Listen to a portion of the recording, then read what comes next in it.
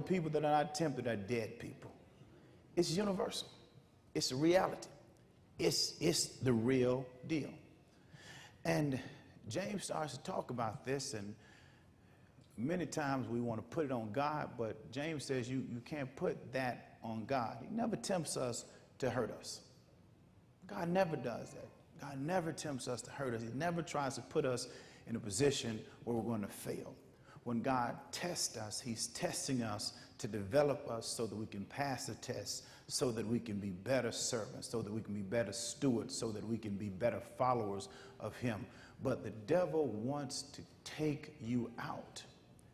And if you expect temptation, you can be better prepared to handle it. You have to get up every day knowing the devil is going to put something in your face to try to destroy you. Now, there are a lot of temptations. Materialism is one. One of the greatest, recent study that was done, materialism is one of the greatest temptations that people deal with, in the sense you'll be tempted to try to buy stuff, one that you don't have the money to buy.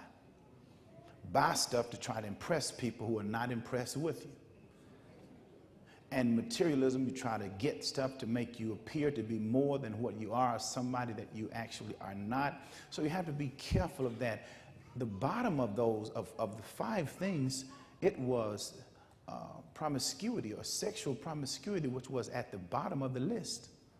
But it's all of the other things like fear, anger. We're tempted to be angry, tempted to be fearful, tempted in so many other ways. And the devil will use all of these things to try and derail our lives. We have to be careful. So you have to get up every day expecting that the devil is going to put something in your face and try to tempt you to get you off course. You can think of it now. You got up today. It's something that he put in front of you trying to keep you. It might have been NFL countdown this morning. Has a way of you saying, should I go to church or not? 9 o'clock works good because I can get out of church and go to the game. That's not bad. That's why it works. That's why it works, because you can get out and you can go back and watch it. But the devil wants to use all of these things to try to reposition your focus in such a way that he can distract you. If he can distract you, he can derail you. And temptation is a distraction that the enemy uses to try and derail us and try to get us off course. So understand that it is universal. And when we understand that it's universal, we can handle it a whole lot better. Everybody has to deal with it. No one that you are in proximity of, that you meet, that you come into contact with, can say that they're not tempted with something.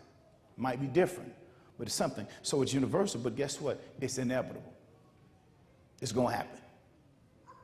It can be something on your job that the devil uses to try to tempt you, to make you think God does not care about you, that God has left you, that God has forsaken you. It can be something that happens in your home with your family, that God tries to position you to think that the devil will try to position you to think that God has forgotten all about you, that he doesn't care about you. But you have to expect it in the sense and understand that it's universal, and understand that it is inevitable. The fact that you woke up this morning, the devil was preparing a temptation just for you, putting something in place just so that he can try to get you off base, want to try to make you lose sight and lose focus on the place that God is directing your life. See, if he can put these temptations, these things that are so enticing to you, in front of you, then he can try and get you off course. So it's universal, it's inevitable, but what's this? It's also personal. The devil has a unique temptation that's prepared for each one of us. Every one of us, he has something that